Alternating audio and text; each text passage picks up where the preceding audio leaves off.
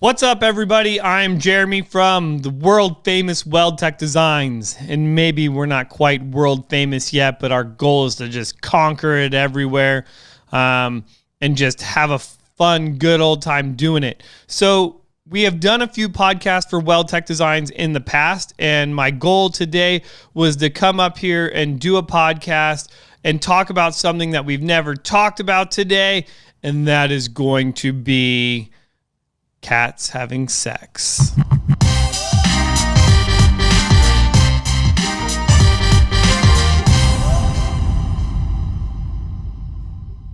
All right, I lied, guys. We're not going to really talk about that at all, but I guess that's what some of you guys think my voice sounds like, is two cats doing it.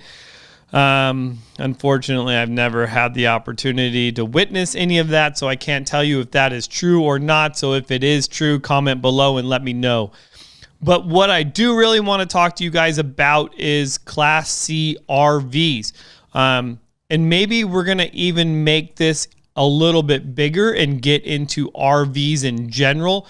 I know that with the crazy coronavirus that is going on these days, a lot of you guys are taking to your RV or taking interest in possibly even getting an RV. You're like, okay, this sounds like something that I would love to do, something that I would love to get into. So if you are a never-time RV buyer, you're a first-time RV buyer, or you've owned an RV for a ton of years, I'm going to start a whole new series on RVs, and we're going to use this podcast to not only answer questions that you guys may have about RVs, buying an RV, whether you want a Class B RV, a Class C RV, a Class A RV, or then you get into, you have different options as far as whether you would like a gas or diesel RV.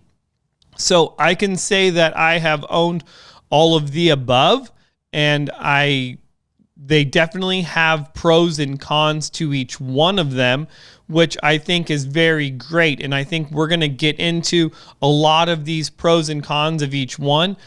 First being like a Class B is just not big enough for what my current situation is, having, a wife and 4 kids. That definitely doesn't work anymore. I've also had 2 Class C RVs that were great, and one of those Class C RVs is the reason why you guys are now able to lift your Class C, is because one day I decided, hey, I'm going to get crazy. I'm going to lift this thing. I think that I could make it ride nicer, have additional ground clearance, because where I like to go out to the sand dunes, it's definitely you're going off-roading a little bit. The terrain gets a little bit rough. I will drag the hitch on the back of it. I've done that. I've also gone through what I don't even think was a crazy dip.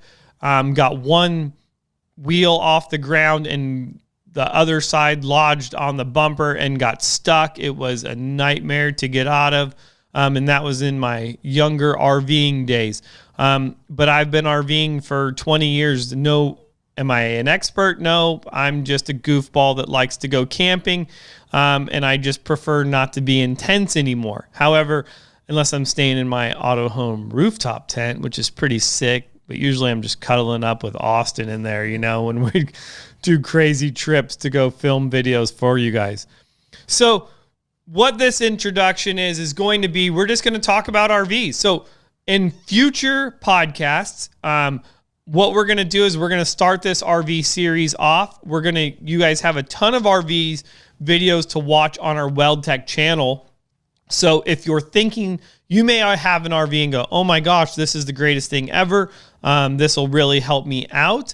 Or you may be that person that I laugh at constantly, mostly on Facebook, that say, oh, you're so lame. Like, why would you ever lift a 2-wheel drive? Like, it's so stupid. It's such a waste of money. And I'm going to say, yeah, but I'm going to save you like 18 grand because you're going to spend about 25,000 to put 4-wheel drive on it. And for all of you people that say, oh, you can't do anything in 2-wheel drive, I'm going to say, well, yeah, I call BS on that one, because pretty sure I have driven from Ensenada to Cabo in a 2-wheel drive. Yeah, I did that. Yeah. Baja 1000, Baja 500, San Felipe 250. All of the cars that I have raced are 2-wheel drive, and we've made it. Now, have we gotten stuck? Yeah, I've gone through crazy silt beds, and it's like a wall of sand. And yes, I've gotten stuck. But did I get out? Yes. And then you're going to say, well, yeah, because it was some crazy built off-road car. Okay. Yes. But no, because at the same time, I've raced a 9 car, which has like 2 inches of travel all the way around it. And you beat the crap out of yourself. Yes. Is it fun? Yes. But very little amount of travel, very little horsepower. Look at class 11 cars. Okay, if you don't know what I'm talking about, that is a stock Volkswagen Bug that has been racing the Baja 500 and Baja 1000 for 50 years. Probably not. Yeah, probably about that. Let's even say 40. Somebody let me know. When was the first time they raced a class 11 car? It's probably, it's been a long time, guys. And these guys make it all the time. So I'm going to have to say, first of all, it's going to come down to your driving ability that is going to get you stuck or not stuck. And even when I'm going to say I had my 7S truck, that had 12 inches of travel up front, 16 in the rear. Okay?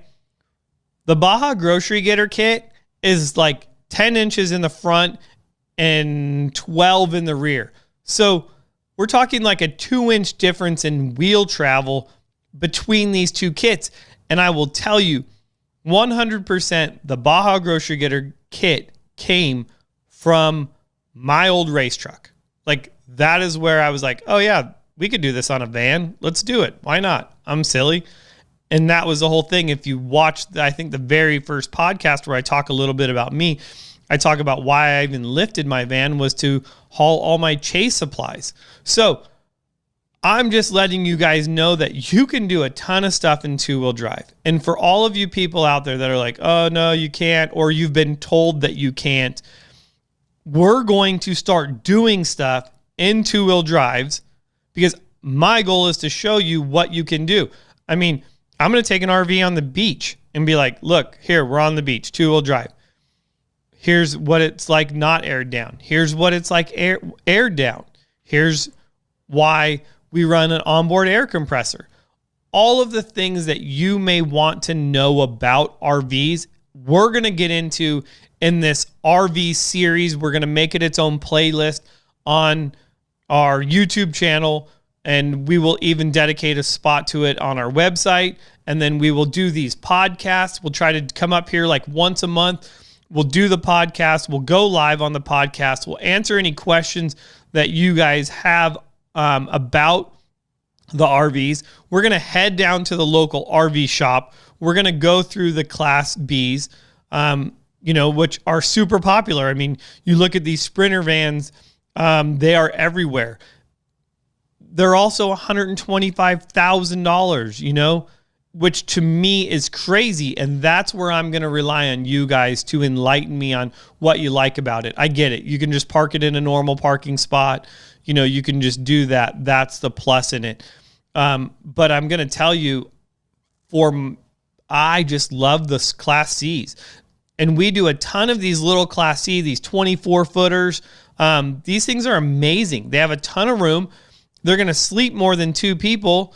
And they all don't have Corona bathrooms, And if you don't know what I'm talking about, you're going to have to watch one of my videos to find out what a Corona bathroom is. So those are what are on most Class Bs. So I want to get into that. We're also going to get into Class A's, as I've been asked by a couple people if there are some things that we could do to improve the ride of their Class A. So we're going to get into that. And then we're also going to get into the bigger, and these are all typically on these A's, they are the gas. However, I have even noticed when you get into the bigger A's, like a diesel pusher, you will notice that I still think that there's some stuff that we could do in those as well. when it comes to shocks, that we could make those ride even better as well. So a ton of things that when I get to go and, test drive these things and get to ride in different RVs, I am noticing. And my thing is, though, is it something that you guys feel that you have enough problem with that you would be interested in improving it? I know the biggest thing, everybody, because we get them on every single one, and I need to get super in depth and do a video just on airbags, and just the pros and cons of them. A lot of people will use an airbag to lift their vehicle, and then they are like, well, now it rides like crap, and it's normal. But I want to get into that kind of thing. We're going to talk about sway bars. A lot of people spend a lot of money on sway bars. We just did an RV where the individual bought a very expensive steering stabilizer and a very expensive sway bar. And in the process of putting on our lift kit, we actually removed all those, put the original components on, and then put our own Fox steering stabilizer on it. And myself, I definitely thought it was better. But what is the best part is when the customer then takes it and is like, I can't believe that this drives way better and was a fifth of the money, and that's my goal, guys. My goal is to save you guys money. Of course, there's things that I want to sell you, but at the same time, I really only want you guys to have to do this one time, genuinely. I mean, I had a customer come in today that was like, yeah, can you do an inspection on my van? I'm having this issue. And it was like, yeah, I could charge you $150 to take a look at it or tell you I took a look at it, but here's your problem. And it was very easily fixed and done. And it's like, that's my goal. We're definitely not trying to, just sell you smoke and mirrors. And I think that any of you guys that have our RV kits, I hope that you guys will please comment on this new series and talk about the difference that it made, in driving. I mean, the customer we just finished yesterday, he was telling me he was two hands white knuckle the whole way here. And, on his road trip home, it was like, man, one, now he's like, I can drive it with one hand. I do have another customer that called me and was like, and he only got to Arizona, and he called and was just like, I have to tell you, this thing was awesome. So I hope all of you guys, if not, I'm just going to have to call you guys on the phone. We're going to just straight up be like, all right, so you have an RV kit. Tell me what you think. We'll get them on the podcast. And then maybe you guys can even ask them questions, because I don't want this to be one-sided. I know that you guys will be super stoked on the products that we do make, but back to what my whole thing is if you are new to RVs, though, and looking for your very first RV, let us also help you out, kind of get you in the right direction, show you a bunch of different floor plans, all these things, because these are definitely a big investment. And when you do that big investment, we want to make sure that you get the right one. And then once you have it, obviously you're going to use all of our cool stuff, like our new bumper that's going to be coming out for it. Yeah, it's super awesome. Maybe it's just me. Maybe I'm the only one that'll want it. But yeah, guys, so RVs. What are we going to have to name this thing? We don't know if we want to just name it RV or RV. We'll have to come up with a fun name. But I just wanted, this is an introduction, and it's probably a long one. Damn it, it's 14 minutes of just me talking about rambling RVs. All right, so I'm going to put this thing to an end. Wait. If you guys haven't heard that before, that's Caden laughing and just puts a smile on my face every time I hear it. But guys, our new series, all about RVs. Maybe we'll just call it that, all about RVs. Keep it simple, stupid.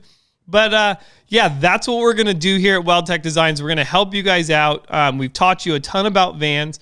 We hope that you have a great understanding about vans. And now we're going to kind of teach you guys a bunch about RVs. So that is all I have. If I miss something, if you would like me to cover something specific, we will get into that, and I will try to make a list of like what the first few videos are going to be about, so that way you can kind of watch maybe so you know what we're going to be putting out. And if you have, like I said, if you have some suggestions, I'd love to hear them, because I am no RV expert. I'm just a goofball having fun up here in the attic talking about things I love. So that's all I got for you guys. I look forward to this. Fun, interactive new topic that we're going to be doing. And I will see you guys out in the parking lot on the next video.